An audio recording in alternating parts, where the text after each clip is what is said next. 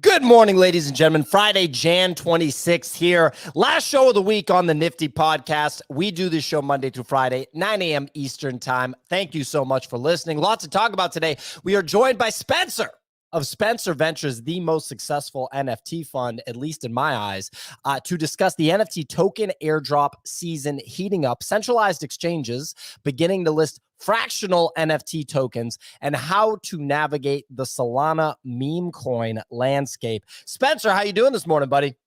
I'm doing. Life is good. Bitcoin is back. Things are good. Life is awesome. Bags are pumping. The world is no longer ending. The sky is no longer falling. The leaves and the trees are beautiful, I think. I wouldn't know because I haven't gone outside in days. Well, there you go. We're back, baby. I mean, it's great to know that we're already back. It's amazing. We were dead, and then now we're back. Clemente, you got a BoDoggo of the day to shout out, huh? Yeah, this is a special one. Shout out to picksandstones.eth.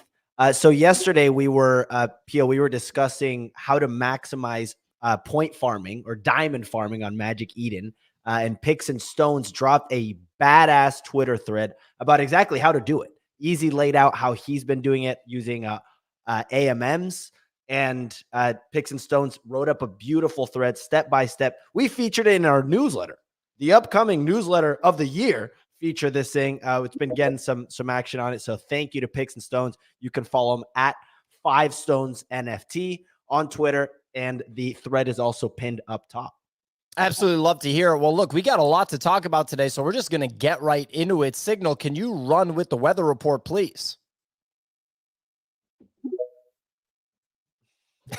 And there you go. Today's Friday, January the 26th. We've got that ETH market volume coming in at 24 million. Solana market volume coming in at 7 million. We have on the market leaders, Mocaverse, they're up 27% to 5 ETH. On-chain Monkey, they're up 33% to 1.75. And Ordinal MaxiBiz, that's already hitting 0.55 BTC. And Bitcoin Frogs are up 17.7 to 0.21 BTC.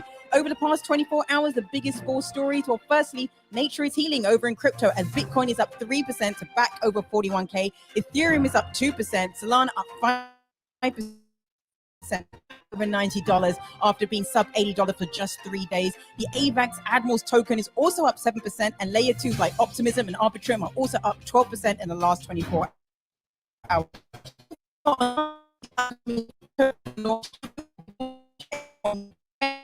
At 10 a.m. Eastern, which will be managed by the Ovals team, and over 1 million wallets will be getting allocation as a stress test for the Jupiter launch plan. Over on Ethereum, Mocaverse has announced that their upcoming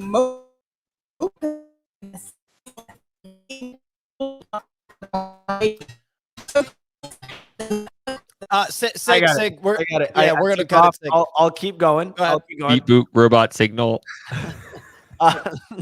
So ahead of their upcoming Jupiter token launch, Jupiter will be launching a meme coin called When today at 10 a.m. Eastern, which will be managed by the Ovals team.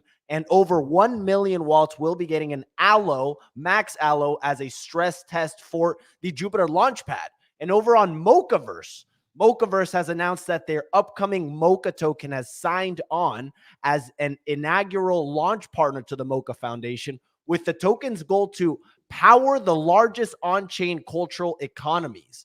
Meanwhile, the Mocaverse NFT token is up 27% to 5.1. That's another all-time high for Mocaverse. And lastly, Pudgy Penguins tweeted a report of their Season 1 Pudgy toys 7 months after their debut, which included selling over 750,000 toys in over 9 countries. They received, I think it was 6 awards on Walmart, Amazon. There were 55,000 plus accounts created on Pudgy World, which is their Club Penguin little metaverse that they're building out, and ended with Luca teasing Season 2 of Pudgy Toys coming soon. That's the weather report. P.O. back over to you. Fantastic weather report. As usual, Clemente, some updates from the Daily Digest is posted to X platform every morning. It's pinned up top, and it's emailed to anyone that subscribes at thenifty.com. First story, Memory Blocks, a 128 supply Ordinals art collection, sold out for 0.005 Bitcoin each and reached a high of, get this, a 10x, 0.05 Bitcoins before pulling back to 0.03 BTC. Next story, Grapecoin has launched a Grapecoin ETH deployment, which allows their token to be bridged from BNB chain to Ethereum. So interesting developments there with the Grapecoin token. Next story, On-Chain Monkey. This one is very, very interesting. On-Chain Monkey has announced an incoming snapshot on Bitcoin for a Karma token. I want to get Spencer's take on this, which will be dropped by a third party, and Bitcoin On-Chain Monkey holders will be eligible for. So On-Chain Monkey started as an Ethereum, project, and then they have the Teleburn that allows you to take the Ethereum project and turn it into a Bitcoin ordinal. Clemente has it pulled up, just under 0.1 Bitcoins is the floor for the On-Chain Monkey ordinal project. Spencer, what do you think of this Karma token and this general ecosystem? No take. I am learning about this Karma token in real time with all the other listeners in the Nifty portal this morning. I think, look, like you guys, it's no secret in general, I'm bullish on tokens associated to NFT projects. I think in the early innings of this, which I believe we are still basically in, right? Like you got to think the last big tokens were Grape, which hit a $300 million market cap, and Meme, which hit like a multi-billion-dollar market cap. Like, I think in the beginning stages of something that's so obvious as like tokens associated to NFTs, like everything cooks. I think we're rapidly approaching the point where like not everything will cook because so many things are coming out, but I still think there's a few legs left on like the everything will cook. And even when not everything cooks, still like many things will cook, right? And that's coming up. Great take. Love to hear it. Would have thought that you'd have researched it, but I guess there's a lot going on in the ecosystem of Spencer Ventures, and you can't be an expert on every single thing. I mean, out of curiosity, when you looked into ordinals, was On-Chain Monkey something that was like on your list? Of course, it's something I definitely looked into. Like, I think On-Chain Monkey is one of the early adopters of the ordinals protocol in terms of like ETH projects and Solana projects that like adopted a new chain. The reason that I didn't look into it as much is, I guess, On-Chain Monkey stayed across multiple chains, if I'm correct, and I thought that wouldn't be a strong enough narrative. It seems like that may have not been the case, right? Like when I was exploring ordinals, I wasn't looking at projects that like maintained presence across multiple chains. I was looking for projects that either were Bitcoin native or were like, really what I was looking for was ETH projects that were trying to bridge the entire thing, like no strat, like, and I think this is interesting, right? We've seen collections go multi-chain, little pudgies are multi-chain via layer 0, but like that feels very different than like the bridge that DGods and Utes did, right? Like, that felt like a bridge. Like, we are making a concerted effort to push everyone from the original chain to a new chain. I've actually been really surprised that we haven't seen any ETH projects do a concerted full, like, hey, everybody bridge, not like we'll have an ETH community and we're going to do a Bitcoin thing, but like literally including DGods, who also did their, like, we have a Bitcoin thing, we have an ETH thing, or, no. Well, yeah. I mean, look, I love hearing the way you think about this stuff. We'll have to see how it plays out for On-Chain Monkey and this Karma token. Next story, United States has filed a notice to sell $130 million worth of Silk Road seized Bitcoin. Saw one comment on this that was really interesting. Basically that someone thought it was interesting that when the United States just controls the actual fiat money supply, right? It's interesting that they would elect to sell a hard asset of Bitcoin. But obviously there's always a reason for this stuff. So who knows how it's going to go. Next story, Fred Krueger. So this is my new favorite Twitter analyst. Fred Krueger reported that ETFs own 1.5% of all gold, but ETFs already own 3% of all Bitcoin, which I found is very interesting. You got to follow this guy. This guy is a psycho when it comes to posting analysis. He is dropping a lot of analysis seemingly every day. He's verbally Nick? He's also potentially a murderer based on the pictures that I was looking at, which would be in line with his name, Freddy Krueger. He also posted a tweet explaining why he's tweeting so much. And the simple answer was he owns a lot of Bitcoin. Well, there you go. But anyway, he has verbally agreed via DM to come on the Bitcoin show on Tuesday. Hasn't shared his email address yet, so we'll see if it actually happens. But great follow. That's at .Kruger. I definitely recommend giving him a follow. He's basically writing an investing and finance and macroeconomics blog on X platform. And it's not even like he's unknown. He's got 30,000 followers. So the guy is absolutely getting traction. Hope that he comes on the show. Either way, really enjoying reading everything that he's writing about Bitcoin and macroeconomics in general. Next story and last story, meme coin honk. The meme coin that Nick bought is up 78% in the last 24 hours. Honk. Since then, it's only up 36%. So since I've written this in the last 30 minutes, it has dumped a good amount. Look, it's a bullish pullback, dude. It went up to 25 cents and even higher for a period of time. Still not disclosing where we got this information, but let's just say a source close to the team gave us this alpha. Still just holding it. You're welcome to everybody on the show. Everyone was making fun of me. Everyone on the team was saying it was unprofessional for me to share this alpha. When else is it unprofessional when everybody else on this show shares an NFT that goes up in price? You know?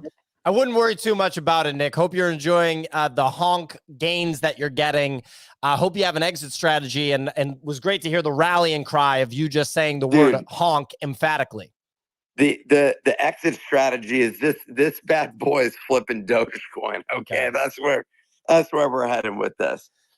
Anyway, I was on Bunny's show last night for a bit. I was listening, and the amount of meme coin these guys are talking about, it is Solana meme coins are just different, man. It's these guys talking like their bull case for why like Harambe is gonna 10x from here and why they have like way too much money in it. It was fun. It was fun. Well, like as much as like these guys are their meme coins, right? Like that's what everyone thinks about when they listen to us talk about NFTs. They're like, all right, cool story, bro. Like this snake-based NFT is gonna be like generational wealth, right? Like it's the same amount of absurdity, right? It's just somebody else's absurdity. I find this sometimes when I'm listening to people talk about Solana meme coins, I'm like, man, this sounds dumb, and then I realize this must be what I sound like to everyone else. Well, Spencer, I feel like you're putting the NFT space on your back when it comes to perception, because you're having intelligent conversations with high net worth individuals and presenting theses that are playing out in real time when it comes to NFTs. So you're doing the good work of, kind of legitimate, making the NFT space a bit more legitimate. Look, let's lead with fractionalized NFT centralized exchanges. So we've already kind of talked about this with Spencer a tiny bit, but I think it's better to do a little bit of a deep dive here. This week, Flooring Protocol and Protectorate announced a partnership with the centralized exchange Woo, WOO, to allow centralized exchange trading of fractional Pudgy Penguins and Bored Ape Yacht Club tokens.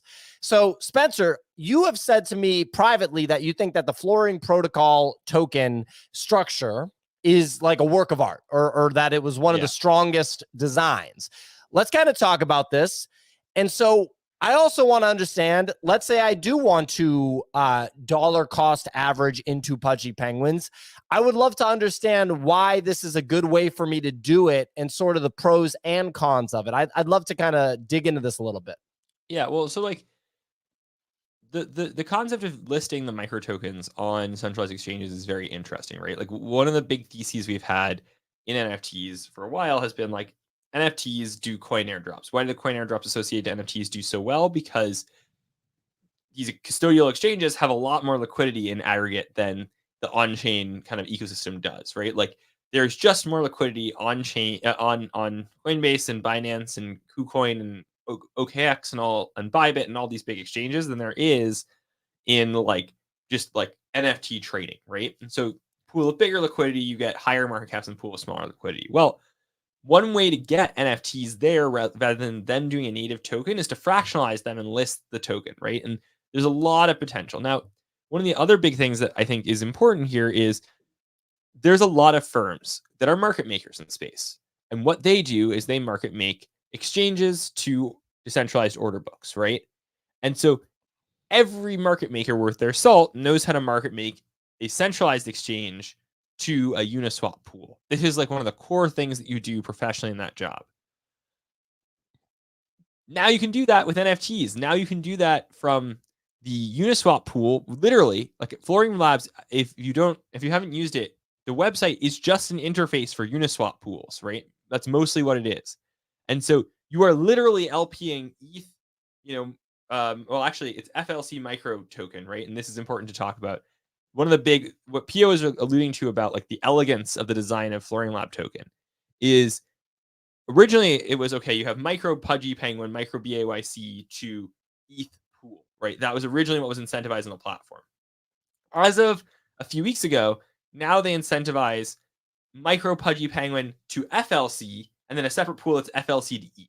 So if you want to go Pudgy Penguin to ETH, you actually go through the order book of FLC, right? And so all of the FLC to ETH pool gets all of this volume. When they first launched this, FLC was actually number 6 on Uniswap for transactions entirely, right? Wow. And if you look, I think I was explaining this last time, like when, for example, Wasabi, the options the perpetual swap protocol settles like their long and shorts, they sell and buy like micro Pudgy Penguin, micro BAYC through FLC through this route. Like this is how they do it, right? And so in the same way as you listed on these centralized exchanges, the people market making centralized exchanges to Flooring Labs are market making like through the FLC pool essentially, right? And so, how much is this started today? How big is the flows on Woo? Like it's probably not that large. It's probably not the biggest deal, right? But like, but the precedent that's set is what's important, right? Like if you think Woo is going to be the last exchange to list Flooring Lab micro tokens, I think you're out to lunch. Right. Okay. Well, let's break this down a little bit. I want to simplify it for everybody. So first off, let me lead with, I've wanted fractional, I've wanted a trusted and consistent and long-term system for fractionalized exposure to NFTs for a long time.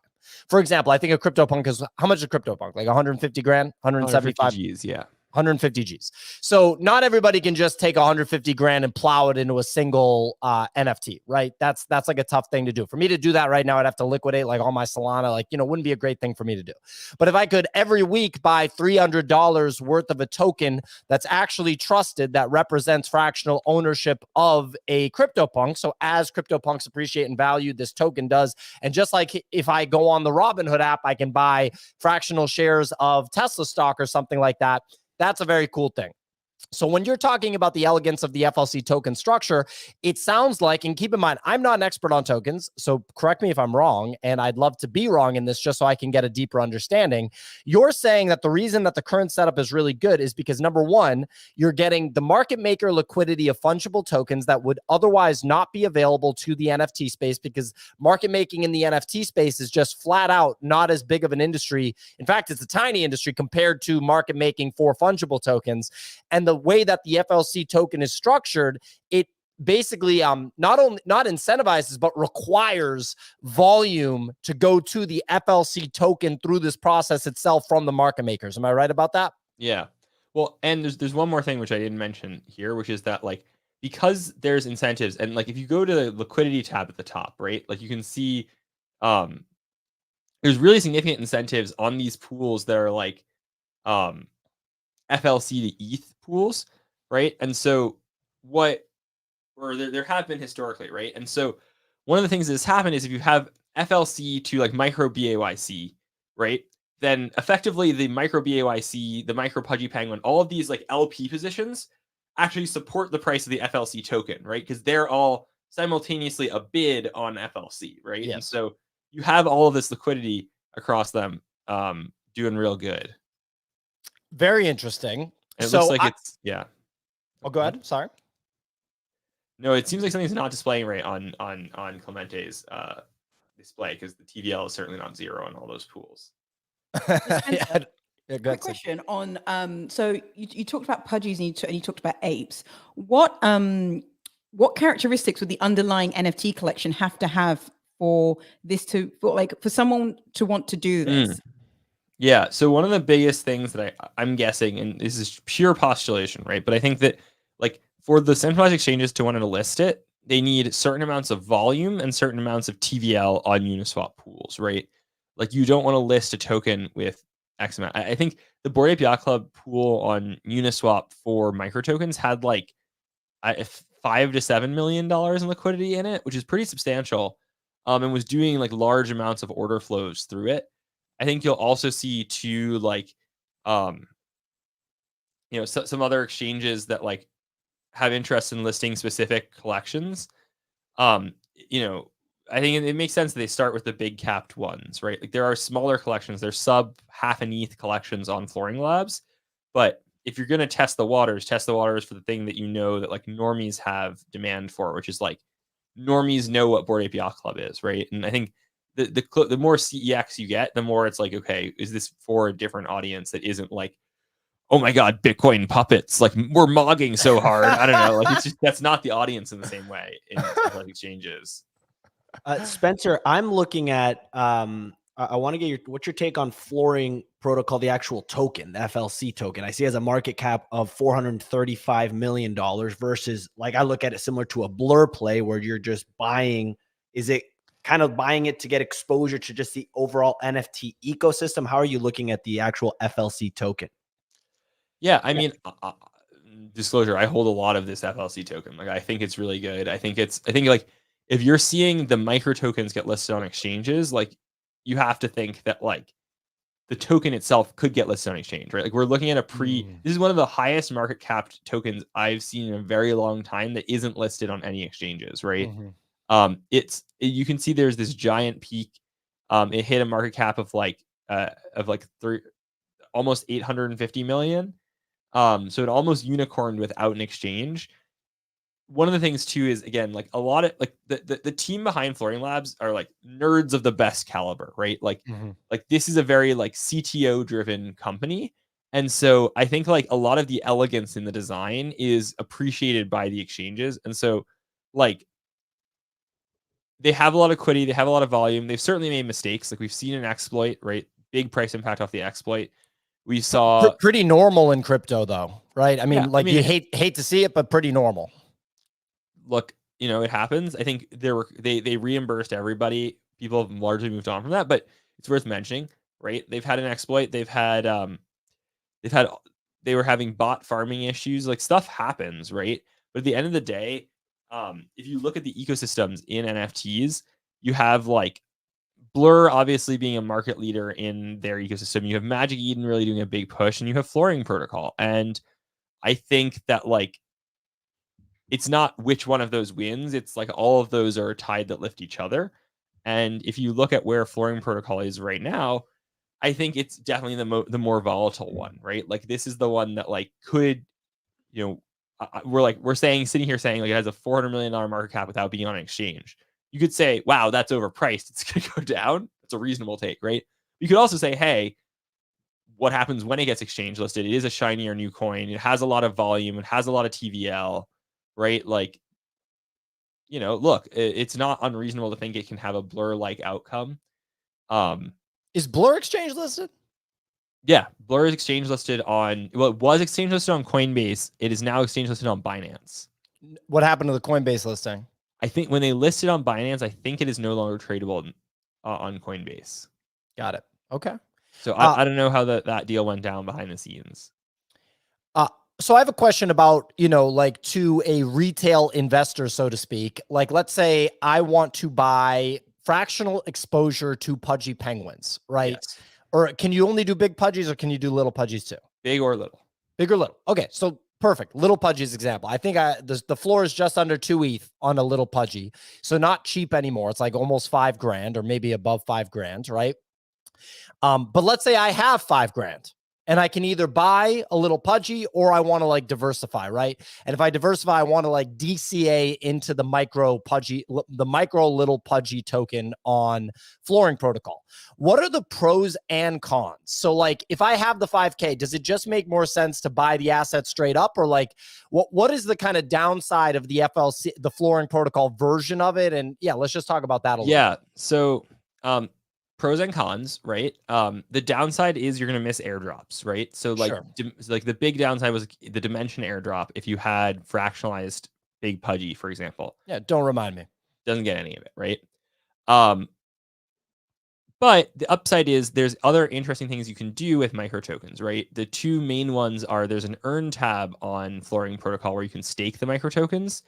And so when people do a lot of redemptions out of the FLC vaults, sometimes it generates like yield for the staked tokens. And so if you scroll down, like micro pudgy penguin is yielding like 16%, and pudgy penguins are yielding 31% APR in like pudgy penguin token in pudgy penguin token.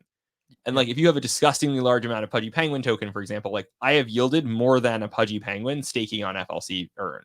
Like, so, and real quick, so you own, everybody knows, I think that you, in your funds, or your fund, I should say, you have a ton of pudgy penguins. I think everybody knows that, right? You bought them from Sotheby's, from 3 Hours Capital, but you still elected to buy the fractional pudgy penguin token, even though obviously you have the liquidity to buy more big pudgy penguins. Yeah. We have like well over $1 million of fractional pudgy penguin tokens, right?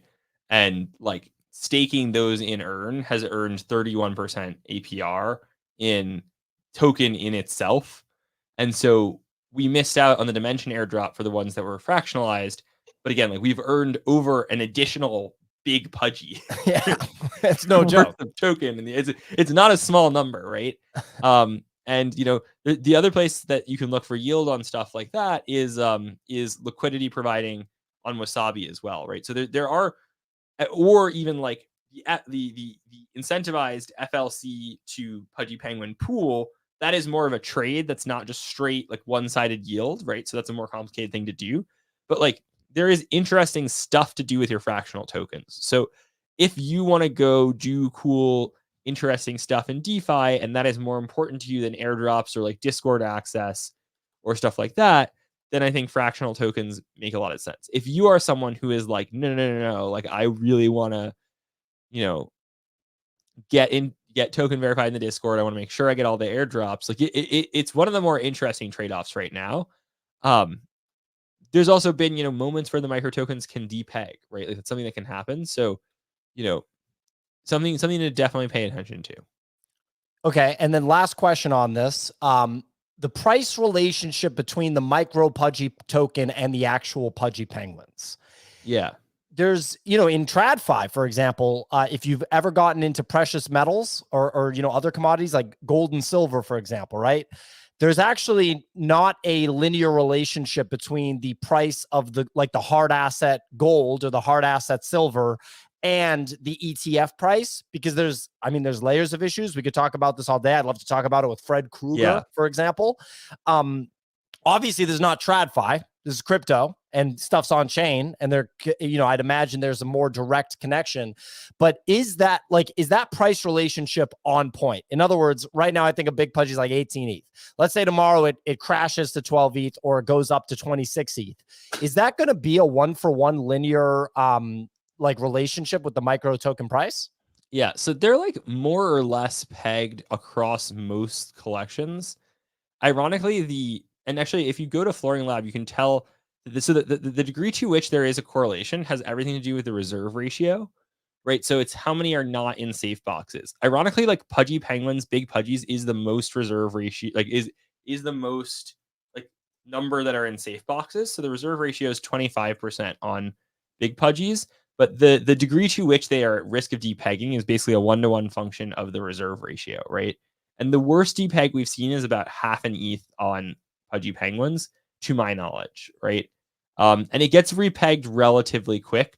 There was also actually also on big pudgies a day where there was this like someone messed up making their bot that was farming FLC, and it sent the price of micro pudgy penguin from like 3x above the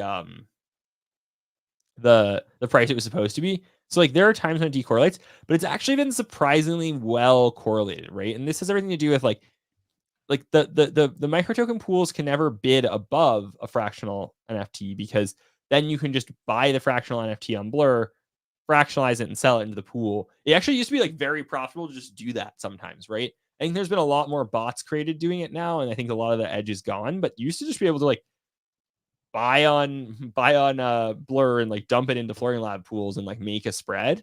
That's less and less true. So it's only ever that it can depeg down, basically, because it's much easier to repeg up.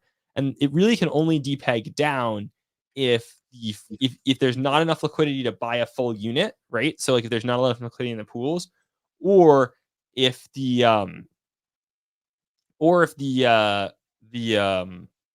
reserve ratio gets below like 20%. That's when it can also depeg, right? And again, like there's just enough economic incentive here that like I think it's not a zero risk. It's something that you should understand. If you're using Flooring Labs, if you're DCAing into micro tokens, take some time and understand literally what they are and what they do, right?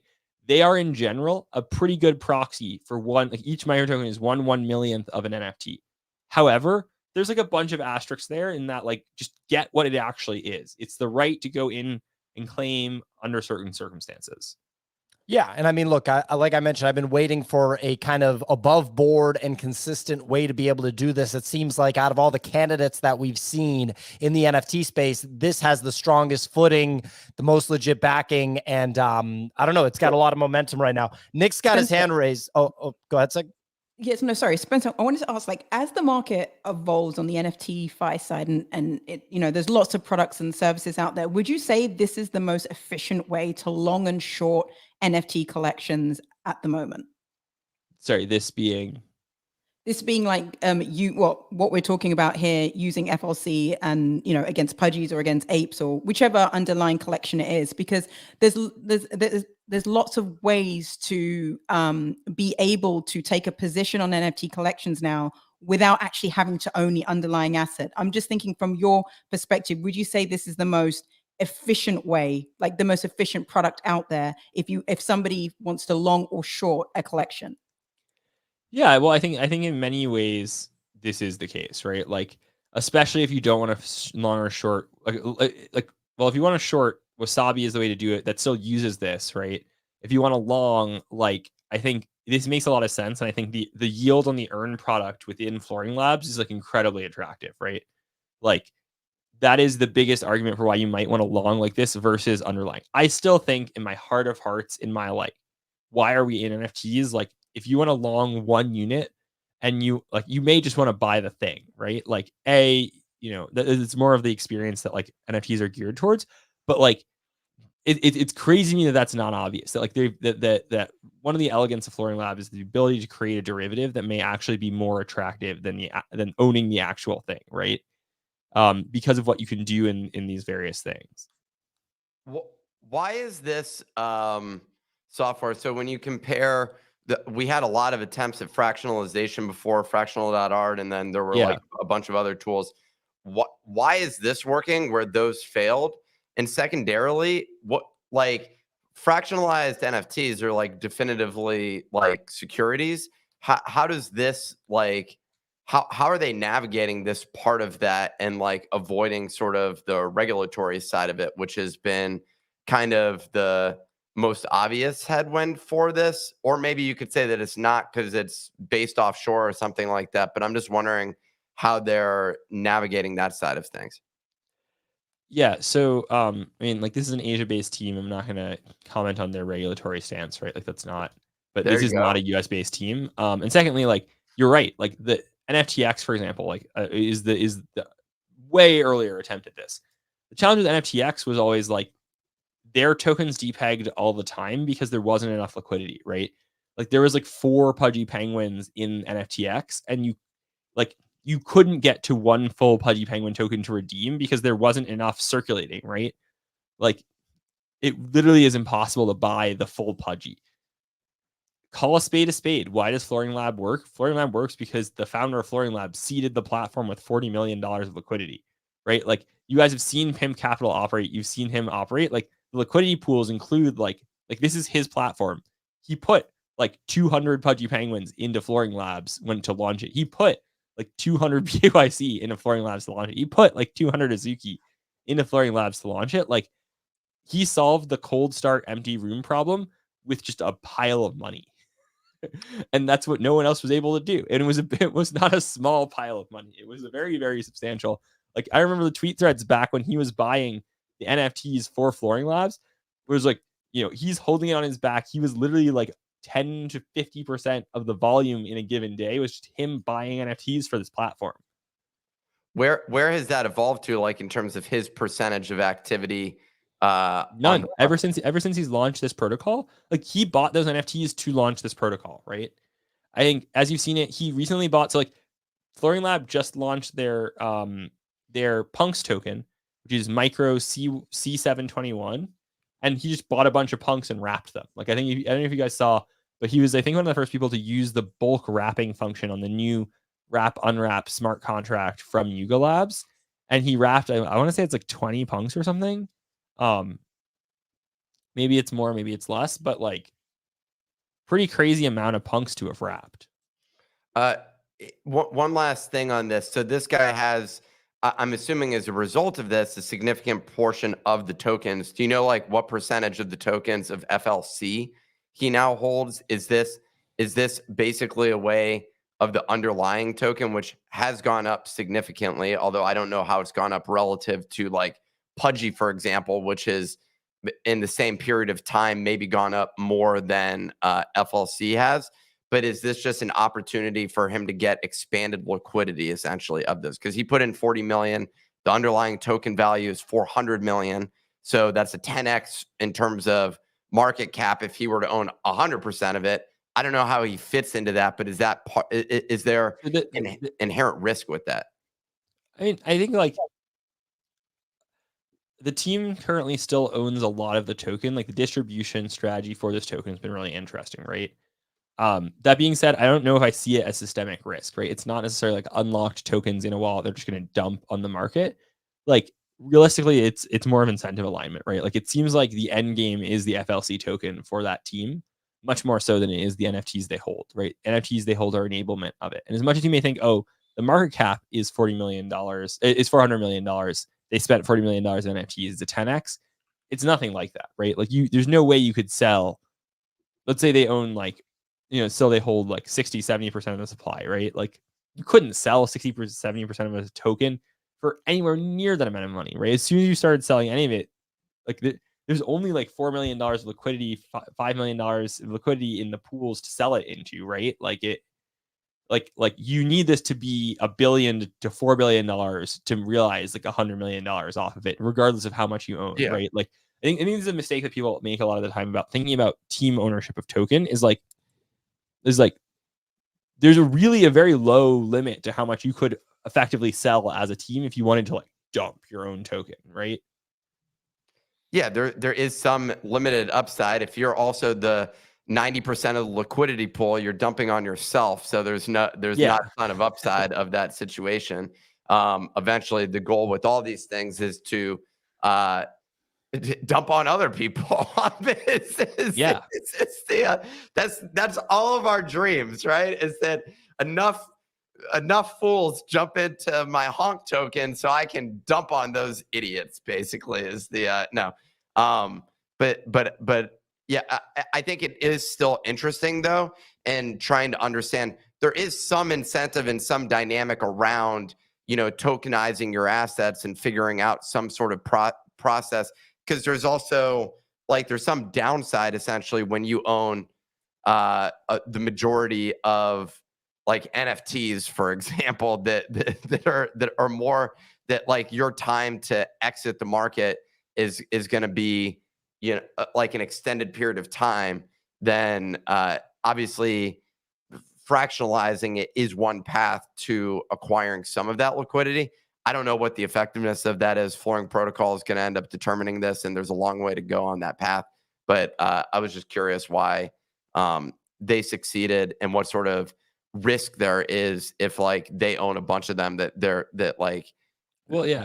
Yeah. You even saw them like giving out giving out like tens of millions of dollars worth of like the native token of the FLC token as incentives for the liquidity pools when they transitioned from the ETH to microtoken pools, the FLC to microtoken pools. So like a lot of what is like still retained by the team is like used as incentives for people using the platform, and is given away more so than like systemic risk of the team that holds it. Signal, you have a question for Spencer? Yeah. Spencer, I got a question because I know you love to invest in a good team, and you will often talk about like Pac-Man's background. We're all aware of like his pedigree. What is the pedigree of this team, the like the flooring team, and why you like them? Yeah, so I don't know how doxed it is for them, but I'll say this is like this is if you look at it, this token, you're like, wow, this is an elegantly designed token. Because this is a team that has interacted with a lot of tokens in the last like many years. This is a very crypto native team that's been operating, actively trading in the crypto space for like quite a while, right? Like this is and I think I hinted this too. Like this is a tech led team, right? This is not a business development led team, and I think you see that in a lot of what I think of as like the nerdy components of FLC, right? Like the fact that the micro tokens are mu BAYC mu, like they put a Greek letter at the start of their tokens. Why? Well, because mu is 1 millionth, right? And so therefore you go, but like it's Greek letter, right? And you would never have a BD led team start like that. Genius. I'll say nerdy. I'm not going to say genius. Yeah, when mu BoDoggos. That's what I want to know. Well, that's what we want to know too. If it's Dude, we've been waiting for the muse, man, and other sort of Greek letters. I'm just waiting on every Greek letter to end up in front of the dog token. Yeah, you know what I'm really waiting for? I don't want mu BAYC. I want Mewtwo BAYC. I want you to hook that shit up, put it in, then have an epic fight scene in an early 2000s cartoon about fighting animals. We're gonna just cook here. And we release that on Netflix, and then maybe the Bored Apes will go up by 5% or something like that, and Bunny can bullish. I love it. Well, look, moving on. Great discussion on FLC and flooring protocol. So Sotheby's has a round of auctions coming up. Spencer, you always talk about you want to pay attention to what Sotheby's is dealing, I suppose. These are more assets from the Three Arrows Capital collection. You cleaned out the 3 Arrows collection of Pudgy Penguins. Now it seems like we have some X copy. We have Alpha Centauri Kid. We got Beeple. We got Grant Yun. What is your take? Well, there's a lot more stuff. Some Dmitry Cherniak, Tyler Hobbs. Watching this shit. Sailor Moon. Wow, look at that. So actually, like an interesting thing here is that the collection which I bought from, and the last one which was for auction, is the Starry Night Capital, which had one LP, which was 3 Arrows Capital. My understanding is that this may also be Starry Night. There's some stuff there. Starry Night Capital is Vincent Van Doe, right? Well, so Starry Night Capital was Vincent Van Doe, but the money in Starry Night Capital was from 3AC. Got it. Right. So there are some things that are like Starry Night, and there's some things that are 3AC. Look, Vincent Van Doe did a banger job. Like that's the thing to know, right? And you see what's getting auctioned and why. And I think they've done a pretty good job attracting liquidity. We saw record sales in the last auction. I think we'll see some good sales again, right? Like there's a bunch of people who want to go. They see Sotheby's as taste makers. They've hopped on the ordinals train, I think, pretty aggressively, right? I think that was a smart move. We saw people get really rewarded for hopping on the ordinals chain, just like OKX did. Like if you look at the exchange wars, like OKX listed BRC20 really quickly and won a huge amount of market share they didn't previously have because of making that decision, right? So being first to market in the Bitcoin ecosystem has just historically proven to be a really smart decision if you're a major institution like Sotheby's is. Very interesting. Will you be placing any bids? Probably. I don't know. I'm looking at it. We'll see. I didn't win any at the art part last time, but I did get a nice picture of me on telling us all the NFTs were over. So that was fun. So we might you run and it back. Redbeard. Yeah, me and Redbeard. Well, anyway, moving on from Sotheby's, very interesting stuff. Upcoming Solana token airdrops. So we got some, Clemente was talking about the meme coins on Solana. I know Bunny has been talking about these on his show. Spencer, are you participating in the Solana marketplace point farming game? I know that you historically have farmed points and farmed tokens on different platforms. I know you also have a position of, if you can get free money, you should probably take it no matter what your stack looks like. How are you playing this? Regrettably, I don't have a super active points farming strategy on these Solana marketplaces, and that is not something you should listen to and be like, I guess I shouldn't do it. That is something that I just like. I've been putting a lot more thought recently into how to farm Blur again than I have into Solana, and like I am sure I'm missing out on gen wealth by doing that, right? Like you just have to put your development resources for automation. You have to put your like thought processes resources to work in specific ways. And I actually had a call last night with some of my team members that was like, we totally should have been paying more attention to this. So I think it's something you should definitely be paying attention to. It's not something that I'm paying enough attention to, quite candidly, to talk intelligently on. But yeah, like I'm the boomer who's not engaged in the right way with that part of the ecosystem, and I'll fully admit that. Nick, was there something you want to add there? Or? No, I just thought it was hilarious and being like, I definitely have felt the why the fuck did we miss this sort of vibe before, and just getting pissed off and being like, how did we miss this fucking thing? So yeah, but I don't have anything to add. I was just laughing at that. Dude, we got this like wave of shitcoiners just bouncing in our comments right now.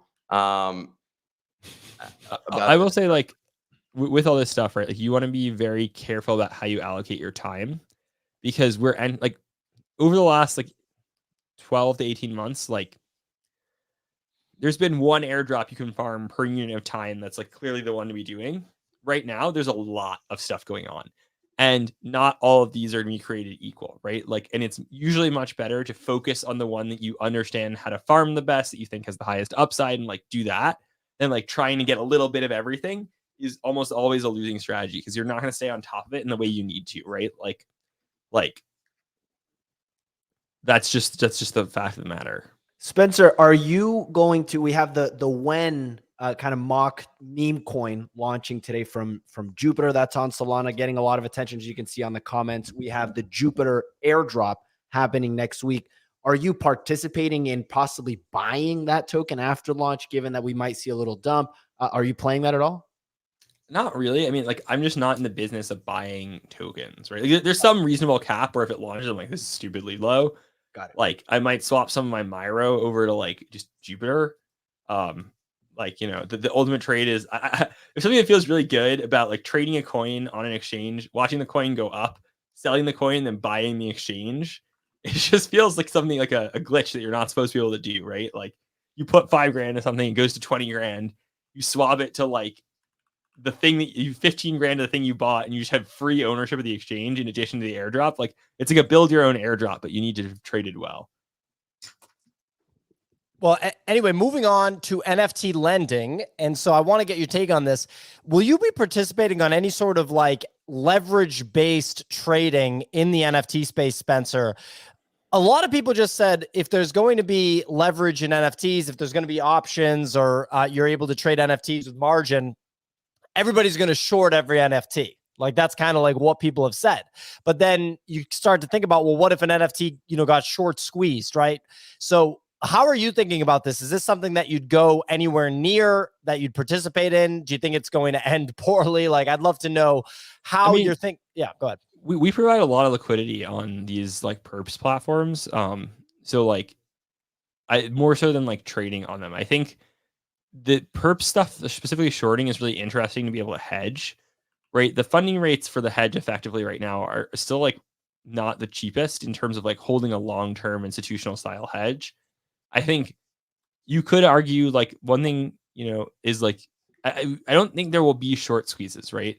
And I don't think, because of like, you have to understand literally how do these perpetual swap protocols work. And there's basically two ways, right? A lot of them are synthetic perps. We saw this with like NFT perp.xyz was like the main one, right? Synthetic perps use funding rates to keep their peg. The issue that happened with NFT perp was the funding rates weren't strong enough to keep the peg, because you basically need someone taking it long whenever someone takes a short, right? Wasabi is covered perps, which use like actually like when you 5x long, it actually goes and buys 5 ETH worth of the thing, right? And when you close that position, it sells it into the market, right?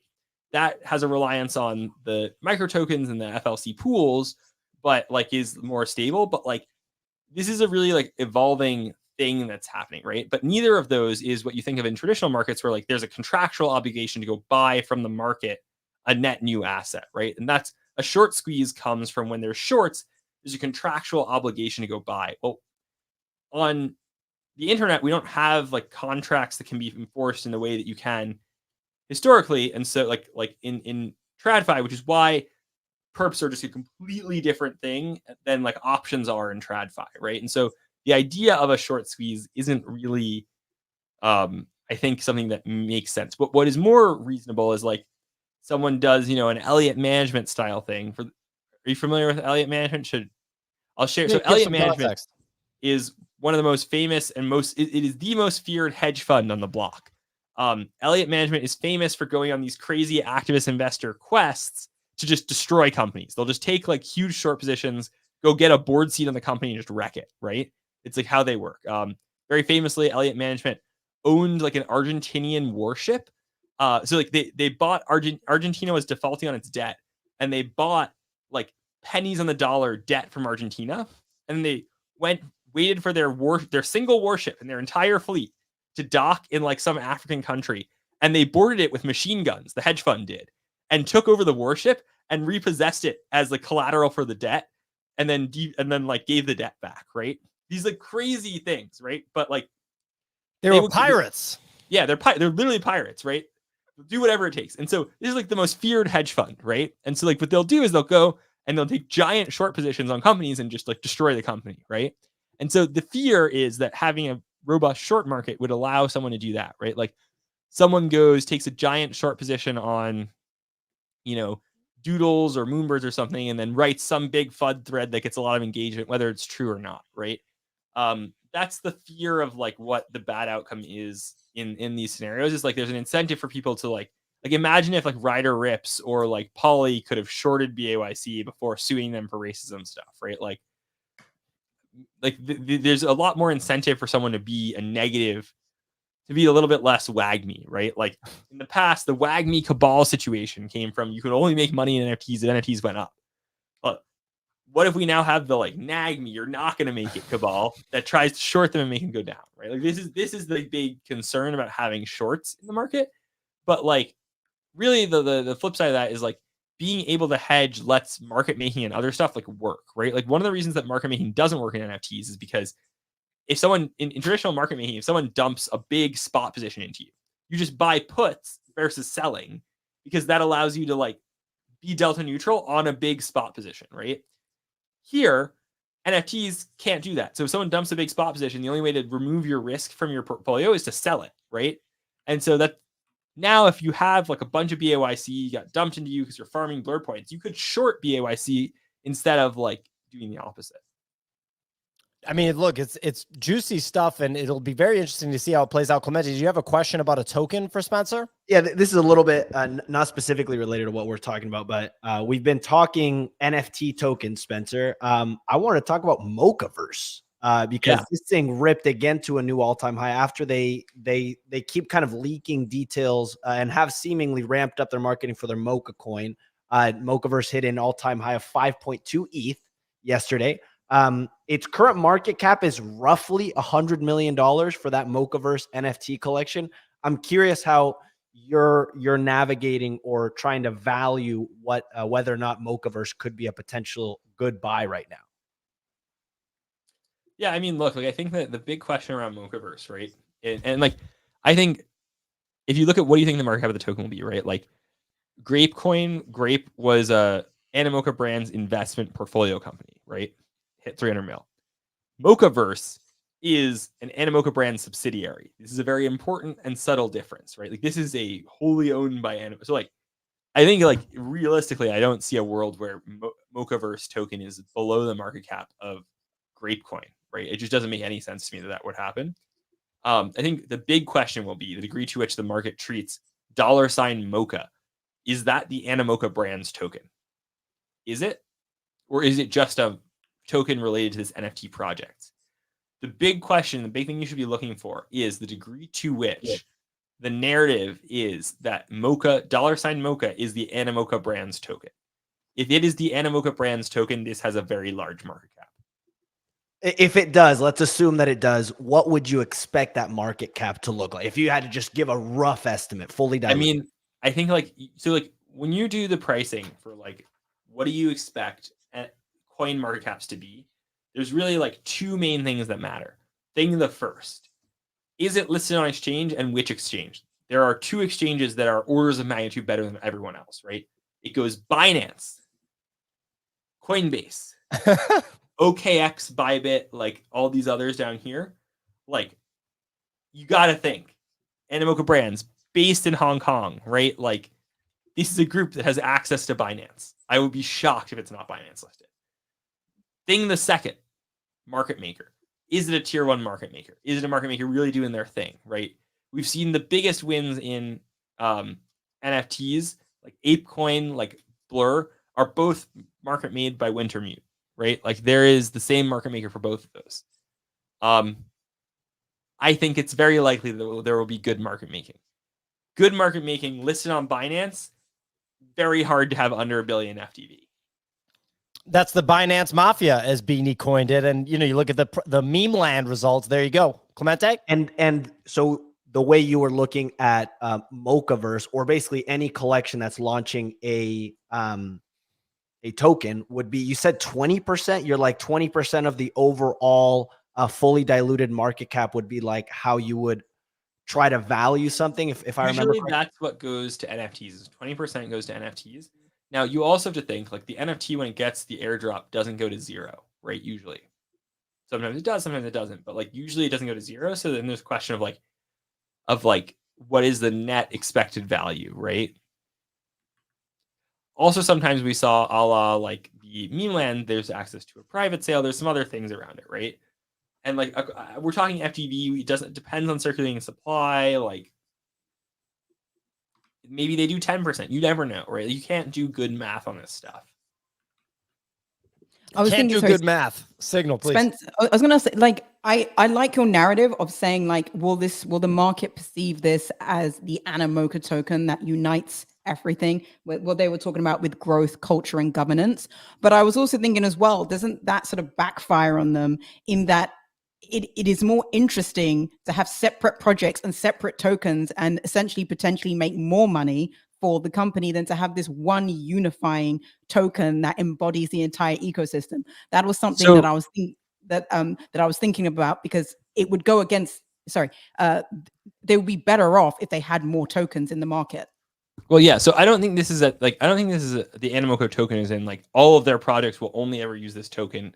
And it won't, like, all of their products will still launch their own native tokens. That's just like how this model works for how investment and everything else works, right?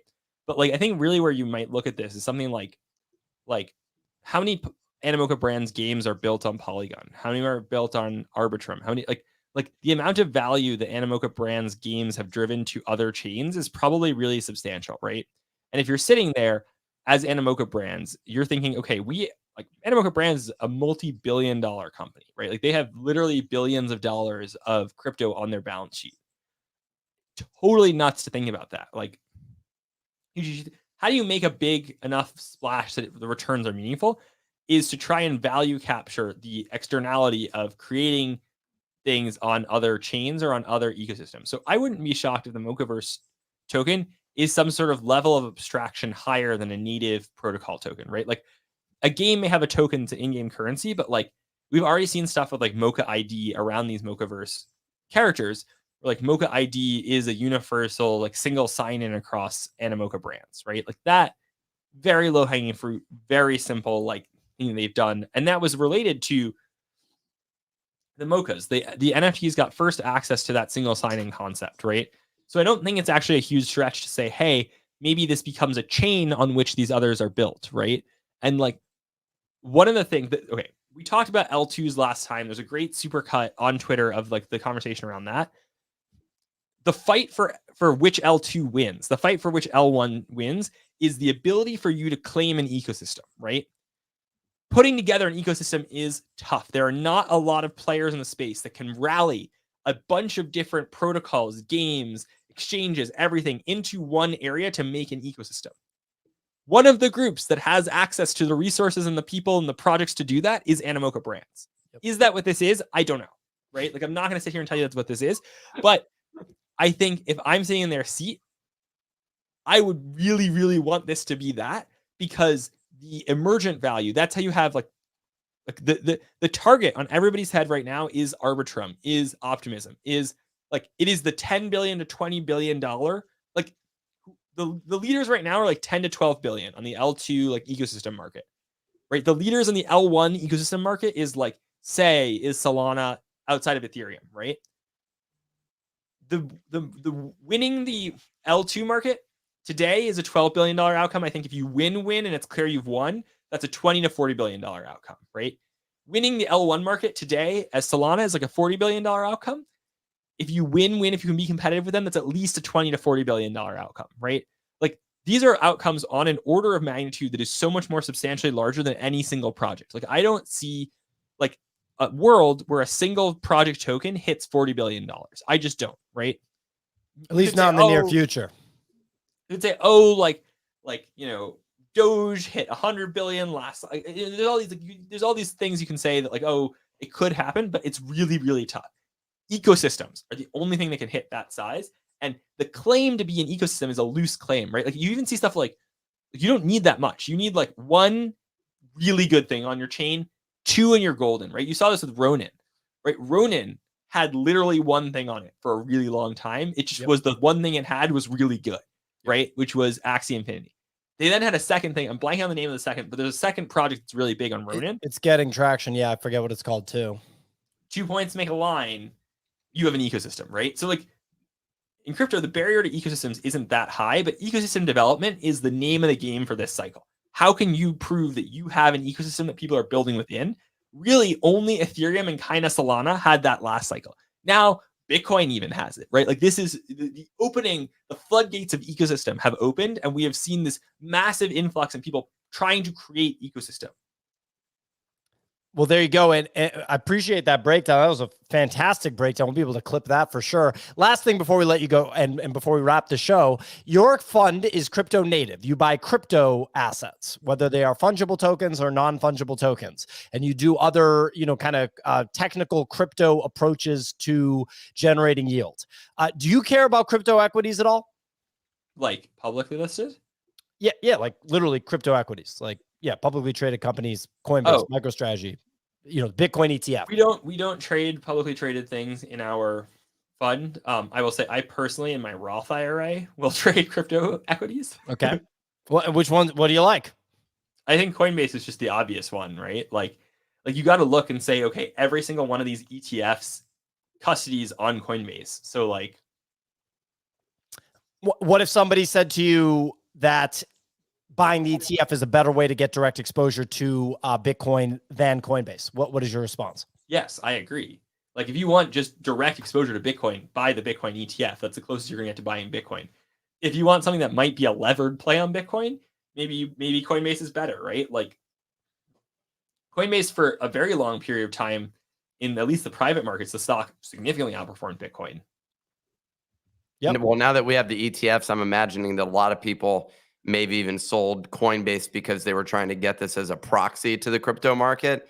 That said, and so now it's going to trade heavily on its fundamentals and expectations of the overall crypto market. One thing that is nice about it, you can get a pretty accurate expectation, I'm assuming, of what their earnings are going to be just by looking at the daily volume of crypto and having, you know, Coinbase's percentage, whatever it may be.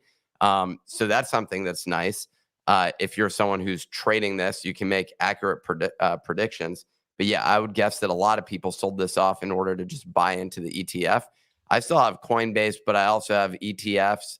I like the idea of the Roth account having a significant holding of crypto at the moment. There's other stocks as well. I mean, this recent dip killed or like really impacted a lot of them, including PO's Bitcoin mining stocks got hit as well. And I think there's an opportunity potentially on those fronts.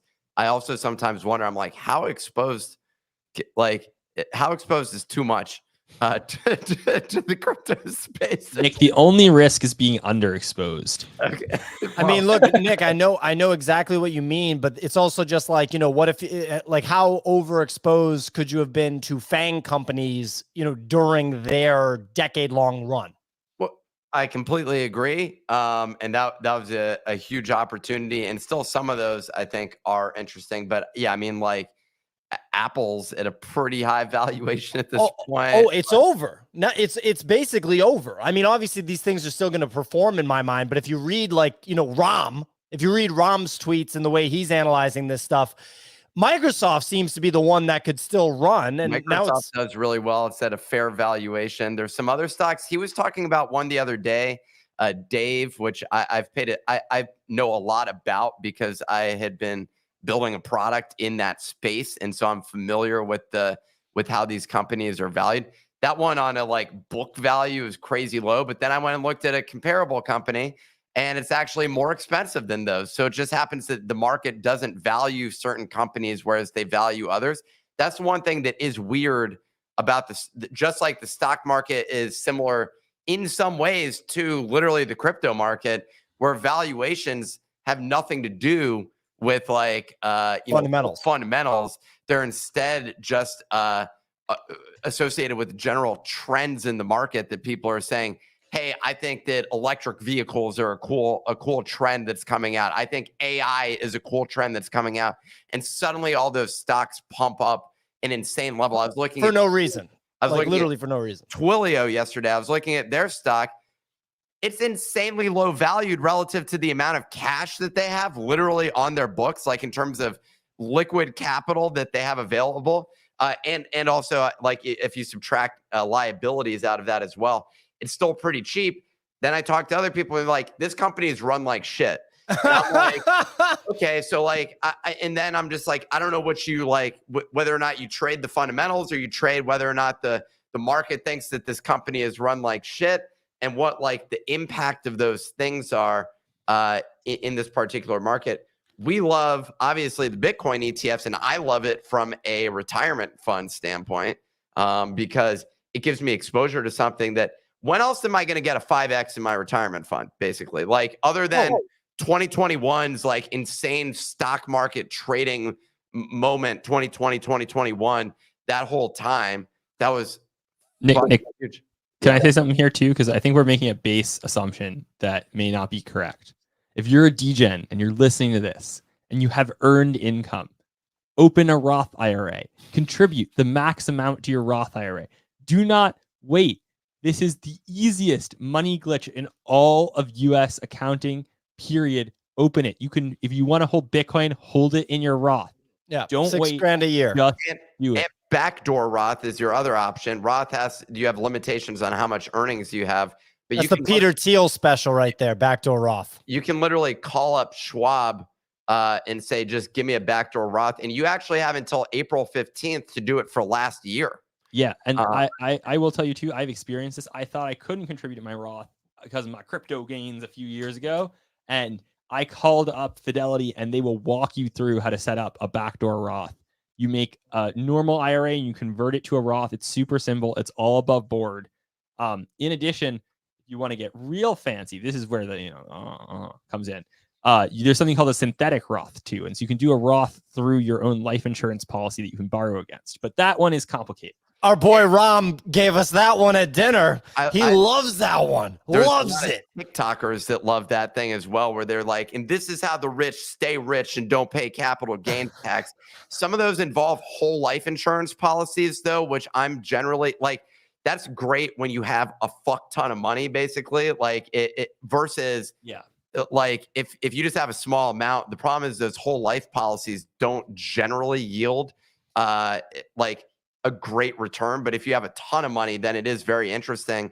There's stuff you can do with trust and other stuff to actually do tax optimization. the last one I was going to say on that Roth category, I brought it up on the show before, is the mega backdoor Roth, which the only way, which is up to some like $40,000 per year. But the only way you can do that, I believe, is if you're like company's 401k plan enables, and I looked to see if ours does, because I was like really curious. About the mega backdoor this thing. About the mega backdoor this shit. You know what I'm saying, dude. You know what I'm saying. And so I'm going to just roll that 40 grand in tax-free gains and throw that into a Bitcoin ETF, you know? And makes sense. And toss another Bitcoin in my portfolio. You know, that's just that's my thoughts. No, I like it. Real quick closing thought on this. Your boy, I follow Gergevin. Gergevin posts some good shit. He's a huge PayPal bull, so I think he got pretty disappointed by the PayPal announcement. The PayPal CEO said that he was going to shock the world, and that actually was hilarious, dude. It was basically an NFT type announcement. He said he was going to shock the world on a date, and what he was shocking the world about was 1% cash back through PayPal. And everyone's like, yo, what? And the chart literally looks like a crypto. Like, look at that. Like this is fun. That's fun. So sorry to anybody that owned PayPal, including Gergevin. Gergevin probably wasn't expecting that one because he was tweeting about adding to PayPal ahead of this world-shocking announcement. That was so obvious it was going to disappoint, because he went on CNBC and they were basically trying to pull it out of him, like what the thing was. I saw some clip, and it was he mentioned, he was like, you know, I mean, I can't say any of this stuff that we're working on, but, you know, let's just say we're diving deep into AI. And he felt like someone. So if you look at, if I remember, I'd sold a business over a decade ago to this company in New York, and I remember chatting with like the team there, and I remember chatting with other people at private, like sort of smaller market cap public company conversations. And you see during these trends a race for press releases around the sort of theme that's going on. Like, remember all these companies that jumped into Metaverse all of a sudden during the NFT time, so that like their market cap will jump up by 3x, 4x, 5x as a result of those press releases. It felt like he was trying to do the same thing and now recategorize PayPal as an AI company. Like a year later than he should have. It's like, what? There was so many tweets about this, like where it was just like somebody talked to this CEO, tell him to just stop saying weird stuff. But anyway, what I was going to bring up is Tesla getting wrecked. Tesla getting just bodied. A bunch of it? I did. Thank God. I think I talked about on the show, I reduced my position from 80K to 20K as this thing's going down. Thank God. Holy shit. It's not every day that you get like out of something right before disaster strikes. I'm assuming my 20K, I haven't checked it. I'm assuming the 20K is more like 14K now. Things been getting wrecked over the past whatever. They had shitty earnings, basically. They've had shitty earnings 4 times in a row. Was it the Cybertruck? Was it the Cybertruck that just let it go off a cliff? It's also there's general poor a bunch of negative macro influences on the EV market. Yep. There was like, you had a bunch of negative stories coming out from like Hertz saying that they're dumping all of their EV. That seemed like a good chance. If you wanted to buy a Tesla, I said that also. I was like, you could also launch an EV rental car company if you really wanted right then. 16 grand for a Tesla with 70,000 miles. I was like, I might just buy one in cash. I mean, well, why not? Like, let's do it. Anyway, so a Tesla being a third of a Bitcoin is crazy. That's crazy. I mean, he's talked about, he wants to make it cheaper and cheaper. Elon wants the Tesla to make it cheaper and cheaper, which, by the way, is the way it's supposed to work. If you're on a sound money standard, the price of goods is actually supposed to go down. We're not on a sound money standard, but regardless, the price of goods is supposed to go down, not up. You're not supposed to pay more for an avocado. You're supposed to use technology to make it easier to grow avocados and thus make it cheaper. But anyway, that's what he's trying to do. He's trying to make it cheaper. Gergevin wants another 20%.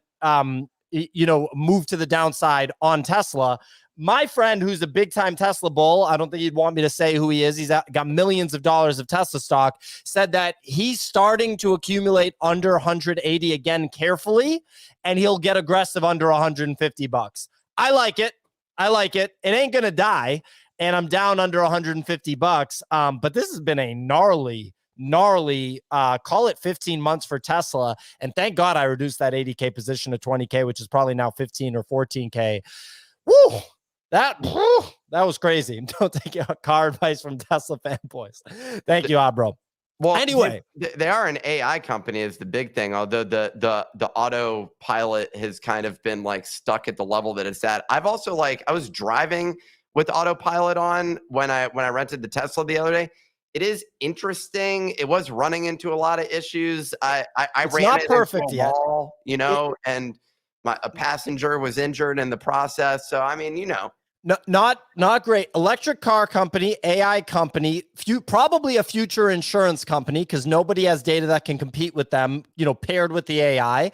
A battery company, right? Renewable energy company. A lot going on there. A lot going on.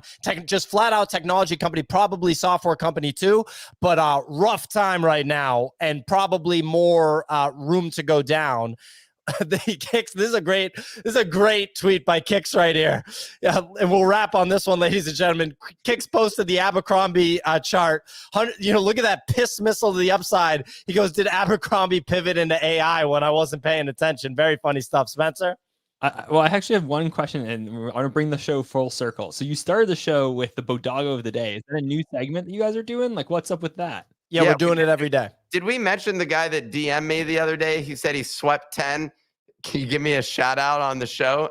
We owe him one. Yeah, well, if you sweep 10 BoDoggos, you can be BoDoggo of the day. Absolutely. This just fell through the cracks. Ladies and gentlemen, I just want to tell you guys something. Nick's my co-founder. I work with Nick excessively. Love working with Nick. DMing Nick is not the way to get anything done. Okay. Wow. I do DM with people. Stop flooding me with nude pics, people. That's getting out of control.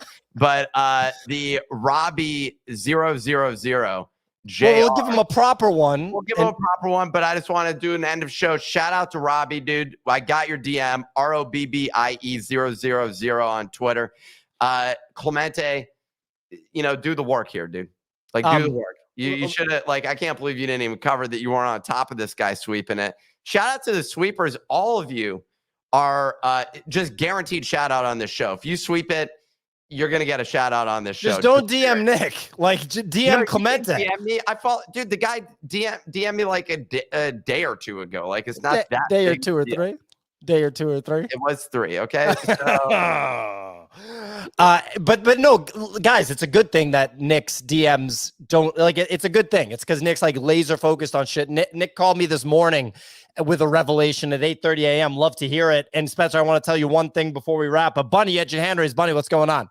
It's kind of messed up that Spencer owns a bajillion BoDoggos, never been BoDoggo of the day.